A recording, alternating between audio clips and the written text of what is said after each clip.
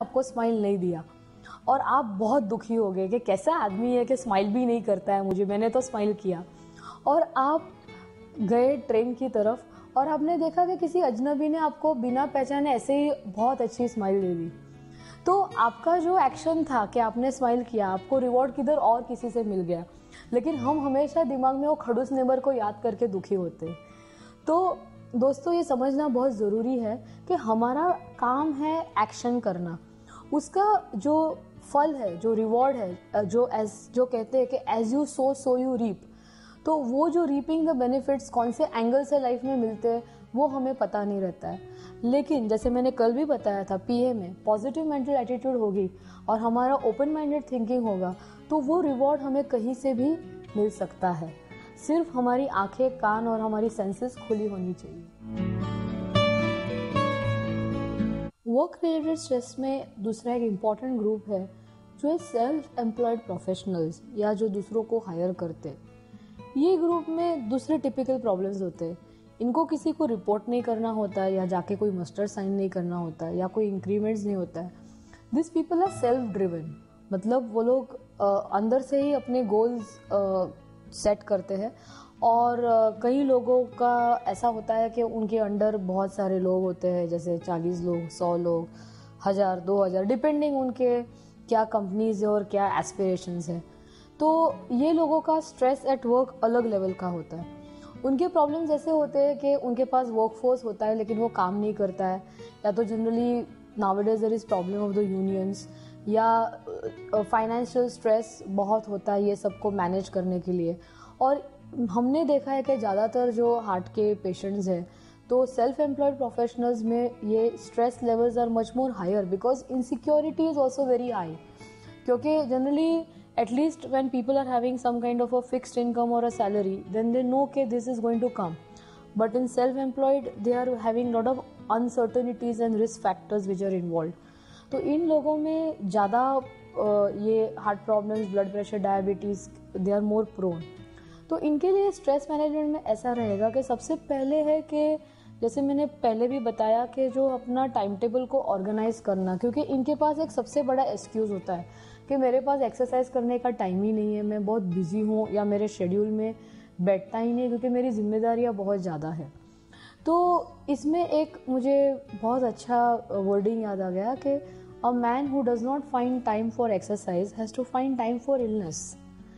तो दोस्तों ये बहुत सही है कि अगर हम अपनी शरीर के लिए अगर एक्सरसाइज का वक्त नहीं निकाल पाए तो हमें बीमार होने का वक्त निकालना पड़ेगा।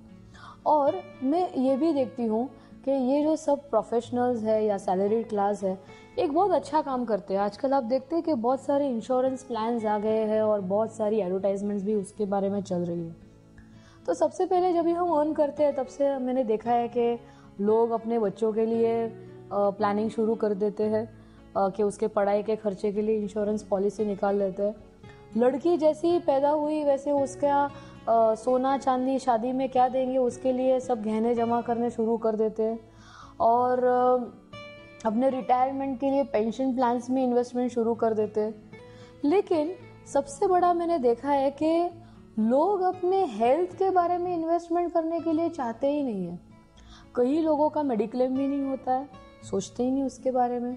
और सबसे इम्पोर्टेंट चीज़ है कि ये जो मेरा शरीर है, जो मुझे फ्री में मिला हुआ है, जिसकी मैंने कोई entry tax, toll tax, octroi कुछ भी भरा नहीं है जब भी माँ की कोख से निकला।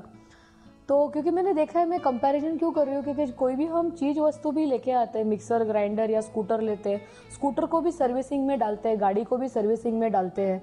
सब लोग का जब भी हम प्रॉपर्टी लेते हैं या इक्विपमेंट्स लेते हैं तो सबका एनुअल मेंटेनेंस कॉन्ट्रैक्ट्स वगैरह करवाते हैं। लेकिन हमारा शरीर जो इतना अमूल्य है, जो इतना प्रेशियस है, उसके बारे में हम कभी नहीं सोचते। उसके बारे में हम ये नहीं सोचते कि उसका हम कैसे इन्वेस्टमेंट प्लानिंग करें। तो उसका इन्वेस्टमेंट एक ही होता है कि हमें हमारे लिए जो भी 24 घंटे हैं तो उसमें से आधा घंटा या 1 घंटा हमारी सेहत के लिए निकालना होगा। हम कितने भी हमारे काम में बिजी होंगे, फिर भी आधा घंटा वॉकिंग है और आधा घंटा योगा या मेडिटेशन के लिए वक्त निकालना बहुत ही ज़रूरी है। और सही समय पे जो भी खाना खाना है, डाइट्स है, वो इम्पॉर्टेंट है। और एनुअल जो हेल्थ चेकअप्स है आर ऑल्सो वेरी इम्पॉर्टेंट। अगर ये सब हम ध्यान में रखते हैं तो definitely we are towards positive health. और दूसरी बात ये है कि हम हमारे वर्क करने के मेथड्स ऐसे कर दें कि सबसे पहले तो you have to relax at work. When you are managing people you have to understand के people are at different levels, you know, कि जैसे हम हमारी जो उम्मीदें होती है वो उस हिसाब से परफॉर्म करेंगे। जैसे हम सोच के खुद के लिए स्ट्रेस पैदा करते हैं, सामने वाले के लिए पैदा करते हैं। तो इसके लिए people management skills is very important. उनके लिए HR ट्रेनिंग है और उनके लिए कैसे उनसे मैक्सिमम आउटपुट निकाला जाए उसके लिए भी बहुत सारे सेमिनार्स होते हैं। तो ये सब खुद को ट्रेन करना और स्टाफ को ट्रेन करना बहुत ही इम्पॉर्टेंट है। और थोड़ा जो वक्त है सेल्फ स्टडी के लिए निकालना बहुत ही इम्पॉर्टेंट है। तो आई एम श्योर दोस्तों, आप अगर चाहें तो आप अपने काम को इतना एंजॉय कर सकते हैं और आप ऐसा काम कर सकते हैं जिससे आपको कामयाबी भी मिले और सेहत भी मिले। यही शुभकामनाओं के साथ आज का मैं एपिसोड समाप्त करती हूँ। धन्यवाद। युक्ताहार विहारस्य युक्तचेष्टास्य कर्मसु युक्तस्वप्न